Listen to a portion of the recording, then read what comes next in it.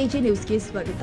ಮೂಡಲಗಿ ತಾಲೂಕಿನ ಯಾದವಾಡದಲ್ಲಿ ದಲಿತ ಯುವಕನ ಮೇಲೆ ಮಾರಣಾಂತಿಕ ಹಲ್ಲೆ ಹಾಗೂ ರಾಯಭಾಗ ತಾಲೂಕಿನ ನಿಲಜಿ ಗ್ರಾಮದಲ್ಲಿ ಡಾಕ್ಟರ್ ಅಂಬೇಡ್ಕರ್ ಭಾವಚಿತ್ರಕ್ಕೆ ಸೆಗಣಿ ಹಚ್ಚಿದ್ದನ್ನು ಖಂಡಿಸಿ ಗೋಕಾಕ ಬಸವೇಶ್ವರ ವೃತ್ತದಲ್ಲಿ ಕರ್ನಾಟಕ ಭೀಮರಕ್ಷಕ ಸಂಘಟನೆ ಹಾಗೂ ದಲಿತ ಪರ ಸಂಘಟನೆ ವತಿಯಿಂದ ಪ್ರತಿಭಟನೆ ಮಾಡಿ ರಸ್ತೆ ಬರೆದು ನೂರಾರು ದಲಿತರು ಪ್ರತಿಭಟನೆ ಮಾಡಿದ್ದಾರೆ.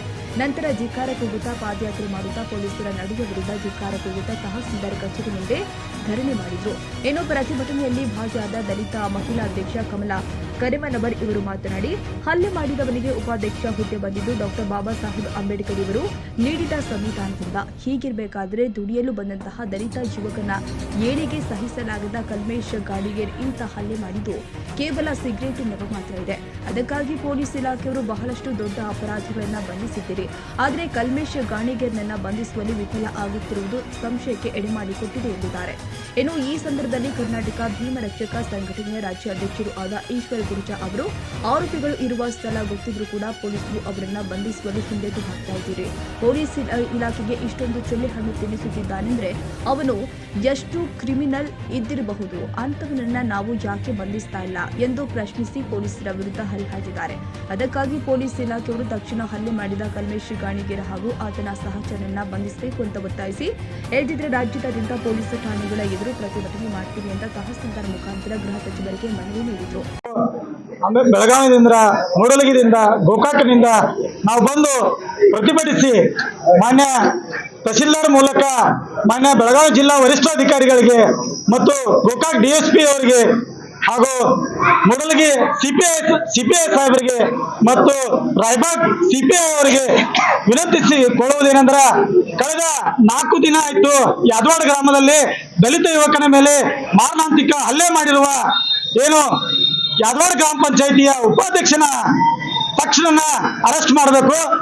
4 ದಿನ ಕಳೆದರೂ ಸಹಿತ ಅರೆಸ್ಟ್ ಮಾಡುವಂತ ಕೆಲಸ ಪೊಲೀಸ್ ಇಲಾಖೆ ಮಾಡಲಿಲ್ಲ. ಯಾಕಂದ್ರೆ ಅವ್ರು ರಾಜಕಾರಣಿ ಅದಾನಂತೆ ಮಾಡೋರು, ಏನ್ ಮಾಡೋರು ಅನ್ನೋದು ಅನುಮಾನ ಬರ್ತೈತಿ. ಯಾಕಂದ್ರ ಆ ಹುಡುಗನ ಮೇಲೆ ಹಲ್ಲೆ ಆಗಿದೆ. ಆ ಹುಡುಗ ಏನಾದ್ರ ನೀವು ನ್ಯಾಯ ಕೊಡಿಸ್ಬೇಕಂದ್ರ ಆತನನ್ನು ಕೂಡಲೇ ಬಂಧಿಸುವಂತ ಕೆಲಸ ಆಗಬೇಕು. ಮತ್ತು ರಾಯಬಾಗ್ ತಾಲೂಕಿನ ನಿರ್ಜಿ ಗ್ರಾಮದಲ್ಲಿ ಅಂಬೇಡ್ಕರ್ ಅವರ ಭಾವಚಿತ್ರಕ್ಕೆ ಸಗಣಿ ಬೆಳೆದ ಕಿಡಿಗೇಡಿಗಳನ್ನು ಕೂಡಲೇ ಬಂಧಿಸುವಂತ ಕೆಲಸ ಮಾಡಬೇಕು. ಇನ್ನೊಂದು, ಈ ಕಿಡಿಗೇಡಿಗಳಿಗೆ ಏನ್ ಹೇಳ್ತೀನಿ ಅಂದ್ರ, ಏನು ನೀನು ಬೆಳಗ್ಗೆ ಎದ್ದು ಸಾಯಂಕಾಲವರೆಗೆ ಏನೇನು ಅನುಭವಿಸ್ತಾ ಇದೆಯಲ್ಲ, ಅರಿವಿ ಹಾಕೋದು, ಫೋನ್ಯಾಗ ಮಾತಾಡೋದು, ಊಟ ಮಾಡೋದು, ಚಹಾ ಕುಡಿದು, ಇದನ್ನೆಲ್ಲ ಹಕ್ಕುಗಳನ್ನ ಕೊಟ್ಟಿರುವಂತ ಯಾರಾದ್ರೂ ಇದ್ರೆ ಅದು ಡಾಕ್ಟರ್ ಬಾಬಾ ಸಾಹೇಬ್ ಅಂಬೇಡ್ಕರ್ ಅಂತ ಈ ಸಂದರ್ಭದಲ್ಲಿ ಹೇಳ್ತೀವಿ. ಏನು ಮತ್ತೆ ನಾನು ಬೆಳಗಾವಿ CO ಅವರಿಗೆ ವಿನಂತಿ ಮಾಡ್ಕೋತೀನಿ, ಈ ಗ್ರಾಮ ಪಂಚಾಯಿತಿ ಸದಸ್ಯತ್ವನ ರದ್ದು ಮಾಡಬೇಕು. ಯಾಕಂದ್ರ ಇವು ಏನು ಅಕ್ರಮ ಚಟುವಟಿಕೆಗಳು, ಏನು ಒಬ್ಬ ವ್ಯಕ್ತಿ ಮೇಲೆ ಹಲ್ಲೆ ಮಾಡೋದಂದ್ರ, ಒಬ್ಬ ಗ್ರಾಮ ಪಂಚಾಯಿತಿ ಸದಸ್ಯರಿಗೆ ಹಲ್ಲೆ ಮಾಡೋದಂದ್ರ ಇದು ಕಾನೂನು ಬಾಹಿರ ಚಟುವಟಿಕೆ ಆಗುತ್ತೈತಿ. ಇದನ್ನ ಗುರುತಿಸಿಕೊಂಡು ಅವನ ಸದಸ್ಯತ್ವ ರದ್ದು ಮಾಡ್ಬೇಕಂತ ಈ ಸಂದರ್ಭದಲ್ಲಿ ಕೇಳ್ತೀನಿ.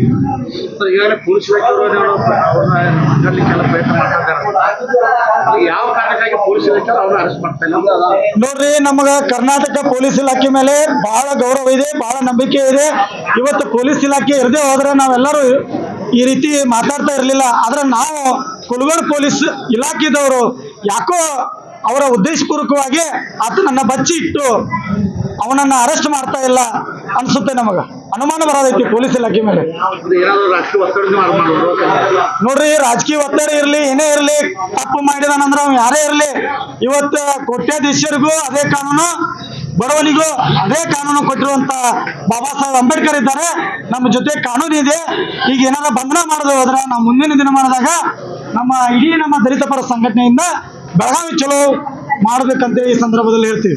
ಈ ಸಂದರ್ಭದಲ್ಲಿ ಗೋಕಾಕ್ ದಲಿತ ಮುಖಂಡರು ಆದ ಸುರೇಶ್ ಕುಮರೇಶಿ, ವಿಶಾಲ ಮೇಸ್ತ್ರಿ, ಹನುಮಂತ ಅಮನಗಿ, ರಮೇಶ್ ಮೇಸ್ತ್ರಿ, ಅರ್ಜುನ ಗುಂಡವಗೋಳ, ರಮೇಶ್ ಮಾಸನವರ್, ಸಂತ ಪೂಜೇರಿ, ಗೋವಿಂದ ಕಲ್ಲಿಮನಿ, ಶಿಟ್ಟಪ್ಪ ಮೇಸ್ತ್ರಿ, ಬಸು ಮೇಸ್ತ್ರಿ, ರಮೇಶ್ ಮಾದರ, ಏಬನೇಜರ್ ಕರಬಜ್ಜನವರ್, ರಫೀಕ್ ಬೋಕರೆ, ಲಗಮಪ್ಪಗೋಳ, ಮುದಲಿಂಗ ಗೊಡಬಾಳ್, ಉದಯ ಮಾಡನಗೇರಿ, ನಾಗಪ್ಪ ಹರ್ಜನ್, ಸುನೀತಾ ಕುಂದೂರ, ಸಂಗೀತ ಕಾಂಬ್ಳೆ, ಲಕ್ಷ್ಮೀ ಪಾಟೀಲ್, ಜಯಶ್ರೀ ಸೂರ್ಯವಂಶಿ, ಲಕ್ಷ್ಮೀ ಹೊಸ್ಮನಿ, ಯಶೋಧ ಬಡಿಗೇರ್, ಸುನೀತಾ ಕೊಲಗಿ, ಶಬೀರ್ ಮುಜಾಫರ್ ಸೇರಿ ಪ್ರತಿಭಟನೆಯಲ್ಲಿ ನೂರಾರು ದಲಿತ ಮುಖಂಡರು ಭಾಗಿಯಾಗಿದ್ದರು. ಕನ್ನಡಿಗರ ಮೆಚ್ಚಿನ ನಿಮ್ಮ ಎಜೆ 24/7 ನ್ಯೂಸ್ ಕನ್ನಡ ವಾಹಿನಿ ಇದೀಗ ಟಿವಿಯಲ್ಲಿ ಲಭ್ಯ. ನೋಟಿಸ್ ಕೊಟ್ಟಿದ್ರೆ ವಾಪಸ್ ತಗೋತೀವಿ ಅಂತ ಹೇಳಿ. ಇವತ್ತು ವಕ್ಫ್ ಪ್ರಾಪರ್ಟಿ ಅಂತೇಳಿ ಬರ್ತದೆ ಅಂತ ಹೇಳಿದ್ರೆ ರೈತರು ಬೀದಿಗೆ ಬಂದು ಏನು ಮಾಡಬೇಕಾಗತ್ತೆ? ಯಾರು ವೋಟ್ ಹಾಕಲಿಲ್ಲ ಅಂದ್ರೆ ಗ್ಯಾರಂಟಿನೆಲ್ಲ ಸ್ಟಾಪ್ ಮಾಡಿಬಿಡ್ತೀವಿ.